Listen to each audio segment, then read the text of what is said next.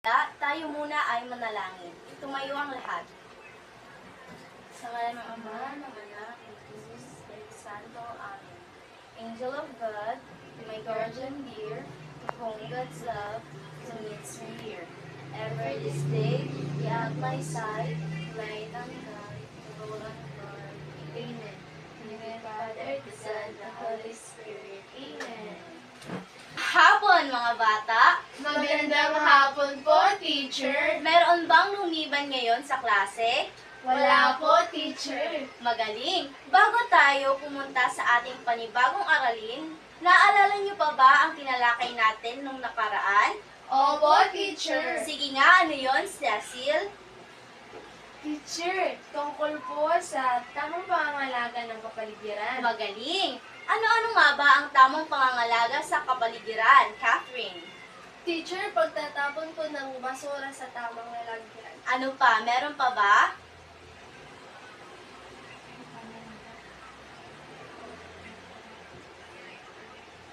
Sige nga, Cecil. Teacher, sa tingin ko po, pagwawalis po sa labas. Tama. Mukhang meron na nga kayong natutunan. Ngayon, bago tayo pumunta sa ating panibagong aralin, ay meron muna akong ipapakitang video sa inyo. Nais ko kayong tumayo at sabayan ang video.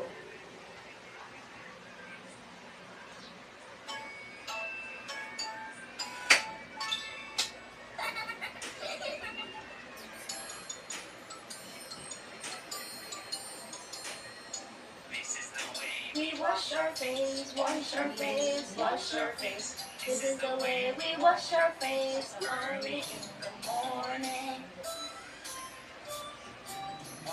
Wash, wash, wash. Wash, wash, wash.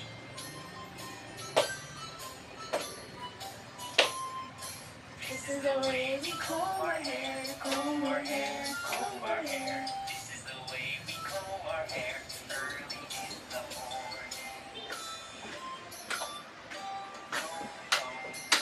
Sabayan niyo ang kanta.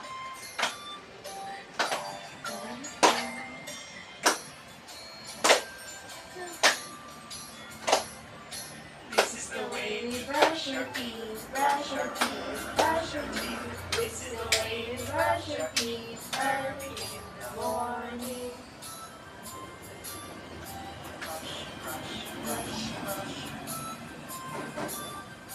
Brush, brush, brush.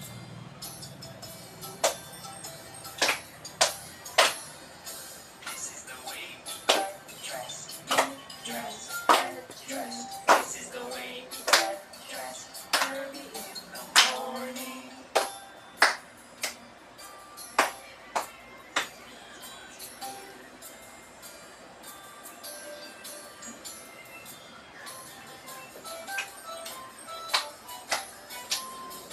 This is the way we go to school, go to school, go to school. This is the way we go to school early in the morning.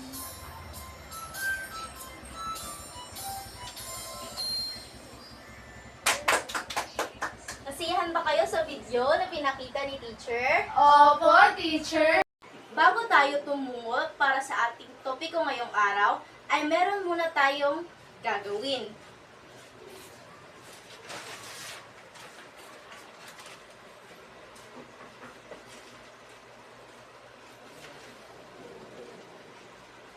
Basahin niya ang panuto ng sabay-sabay. Panuto. Ilagay sa tama kung ito ay nagpapakita ng kagamitan sa paglilinis ng katawan at mali naman kung hindi. Tama. Ilagay sa tama kung ito ay nagpapakita ng kagamitan sa paglilinis ng katawan at mali naman kung hindi. Narito ang mga larawan na inyong ididikit. Magsimula. Teacher, kahit sino po? Opo, kahit sino po. Huwag mo nang madami.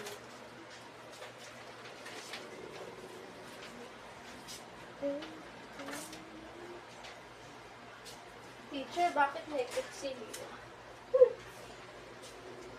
Ito ay halimbawa lamang. Teacher, is this a shovel? Yes? Wow, Mac. Mac, please. Mali yan. Teacher, tapos na po. Sige nga. Suriin natin ang iyong sagot. Ang sabon ba, ito ba ay ginagamit sa katawan? Opo, teacher. Ang toothpaste tsaka ang toothbrush. Opo, teacher. Ganon din ito. Opo, teacher. Ito naman. Opo, Arian, teacher. Opo. Paano naman ang lipstick? Ginagamit ba ito sa paglilinis ng katawan? Teacher, sa tingin ko po hindi, teacher. Ang lipstick ay hindi ginagamit sa paglilinis ng katawan. Ito ay lamang upang maging maayos ang ating mukha. Ah, okay po, teacher.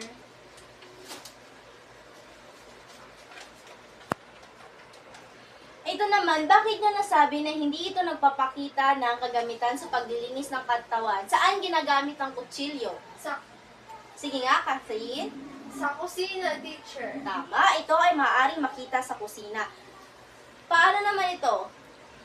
Teacher, Sige nga. ang chinelas po ay ginagamit natin pag tayo lumalabas. Tama, ang tsinelas ay ginagamit pag tayo ay lumalabas upang protektahan ang ating mga paa. Ang pangatlong larawan naman. Teacher, Sige nga, Cecil. just tingin ko po ginagamit yan ng papa ko pag mahalo sila ng semento.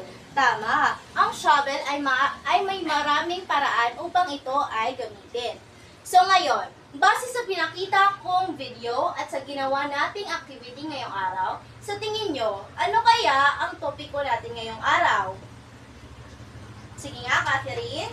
Teacher, sa tingin ko po, ito ay may kinalaman sa tamang paglilinis ng ating katawan. Magaling! Bigyan natin si Catherine ng 3 palakpak.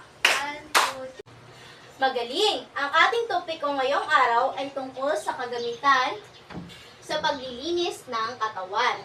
Ngayon ay may papakita ko mga larawan sa inyo. Nais ko na inyo itong suriin at intindihin.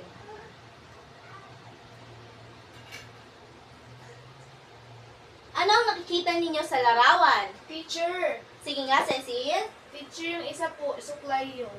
Tapos yung isa naman po, shampoo. Sige nga, ano ang iyong nakikita sa larawan? Teacher, Sige nga, Cecil. teacher, nakikita ko po ay isang suklay at isa pong shampoo. Tama, ang nasa larawan ay isang suklay at isang shampoo. Sa tingin nyo, para saan ito? Teacher, Sige nga, Catherine. para po sa buhok. Tama, ang iyong nakikita sa larawan ay kagamitan para sa buhok. Para saan nga ba ginagamit ang suklay? Mm-mm. Teacher, Sige nga, Cecil. teacher, ginagamit pong suklay upang maging maayos at hindi magulo ang ating buhok. Magaling. Saan naman ginagamit ang shampoo? Sige nga, Catherine. Sa buhok rin po para maging mabango ang ating buhok. Tama. Ang lahat ng inyong sagot ay tama. Ang suklay ay ginagamit upang hindi maging magulo ang ating buhok. Ang shampoo naman ay ginagamit upang maging malambot at mabango ang ating buhok. Nakakita na ba kayo nito sa inyong bahay? Opo naman, teacher. Gumagamit ba kayo nito? Opo, teacher. Magaling! Ngayon ay dumako naman tayo sa pangalawang larawan. Sa tingin nyo, ano kaya ang nasa pangalawang larawan? Ito ay kagamitan para sa ano? Para sa kuko. Tama, ito ay kagamitan para sa kuko. Ano kaya ang kagamitan para sa kuko? Teacher? Sige nga, Cecil. Teacher, yung isa lang po yung kilala ko. Yung nail cutter lang po. Di ko po alam yung isa. Ang tama. Ang kagamitan para sa kuko ay nail cutter at ang pangalawa naman ay nail polish. So tingin nyo, saan ginagamit ang nail cutter? Sa... Pagputol lang po. Tama, sa pagputol ng kuko. Tapos, ang nail polish naman ay ginagamit upang maging maayos ang paglapat ng pinutol na kuko. Nang ngayon ay dumako naman tayo sa pangalawang larawan. nakikita nyo sa pangalawang larawan? Teacher. Sige nga, Catherine. Ano po? Toothbrush at saka toothpaste. Ano pa, Cecil? Teacher, sa tingin ko po, mouthwash yan. Magaling. Ang nakikita ninyo sa larawan ay toothbrush, toothpaste, at mouthwash. Sa tingin nyo, para saan ito ginagamit? Para sa bibig, teacher. Opo, sa bibig, upang maging mabango at malinis ang ating bibig. Ang toothbrush, saan ito ginagamit? Sa teacher! Teacher? Hmm? Teacher, pantanggal po ng mga naiwang pagkain sa ating ngipin. Tama. Ang toothpaste naman, Teacher, sige nga, Cecil. teacher, ginagamit po yan kasama ng toothbrush panglinis ng ating ngipin. Tama. At ang mouthwash naman, Para po maging mabango ang ating hininga. magaling. Ngayon, dumako naman tayo sa pang-apat na larawan. Ano ang nakikita ninyo sa pang-apat na larawan? Sige nga, Catherine. Sabon po, teacher. At basahan. At ano pa? At tuwalya. Magaling. Ang nakikita ninyo sa larawan ay sabon, pangkuskus, at saka tuwalya. Sa tingin nyo, saan ito ginagamit? Teacher, sa katawan. Para saan ginagamit ang sabon? Teacher, Sige nga, Cecil. teacher, sa katawan po para alisin po ang mga germs at maging mabango ang ating balat. Ang pangkuskus naman, saan ito ginagamit? Teacher, Sige nga. pang tanggal po ng libag. Tama, gumagamit ba kayo nito? Opo, teacher. At ang pangatlong larawan naman, saan ito ginagamit? Sige Sure. nga, Cecil. Teacher, ginagamit po yan para pampatayo ng katawan. Magaling. Okay, para naman sa inyong pangkatang gawain ay ipapangkat ko kayo sa dalawang grupo. Ang pangkat 1 ay, ang gagawin ninyo ay hahanapin ninyo sa Hanay ID ang description ng mga kagamitan sa Hanay ID. Isulat ang titik sa tabi ng bilang. Para naman sa pangkat B, idikit ang mga larawan ginagamit sa paglilinis at pagsasaayos ng buhok, kuko, katawan, bibig at ngipin. Sa katapat ng bawat larawan, idikit ang strip na nakasaad kung saan ito ginagamit. Maliwanag ba ang lahat, mga bata? Opo, teacher. Okay, simulan na natin.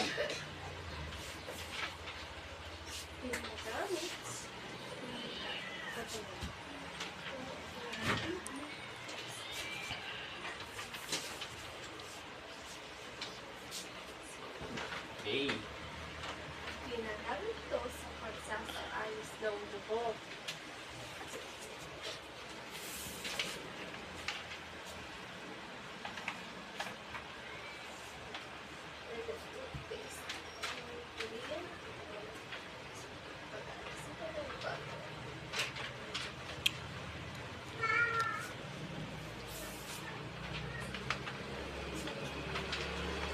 Tapos na po, teacher, ang pangkat 2. Okay, umupo ka na, Cecil.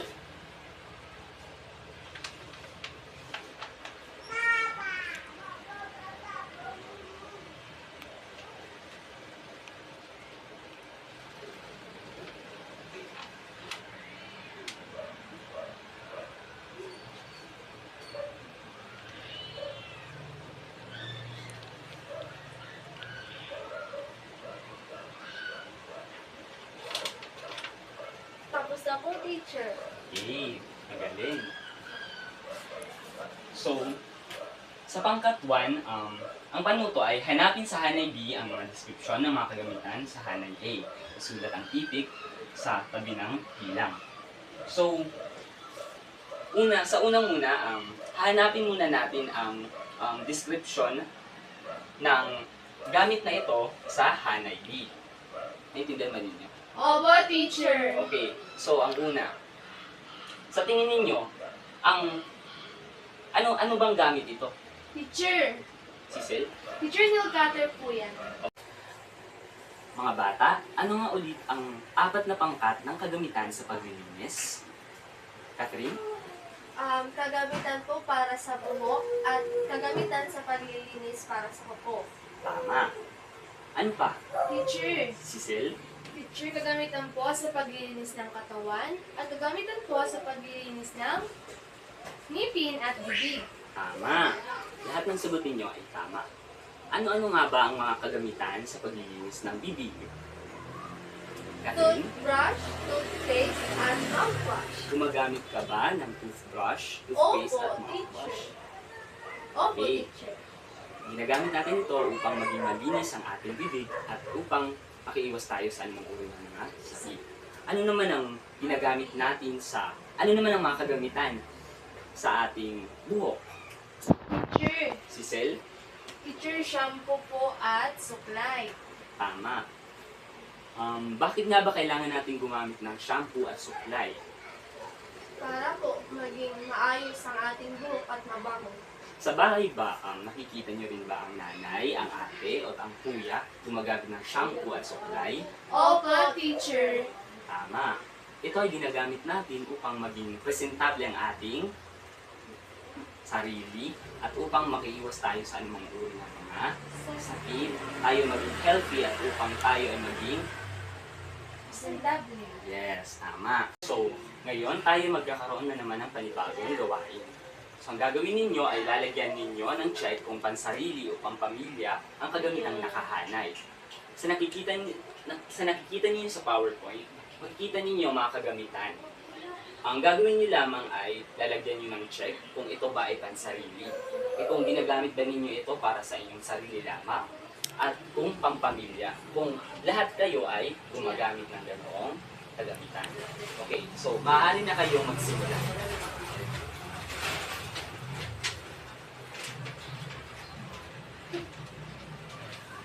Kung may tanong kayo, ay maaari kayong magtanong sa akin. Huwag sa katabi, okay?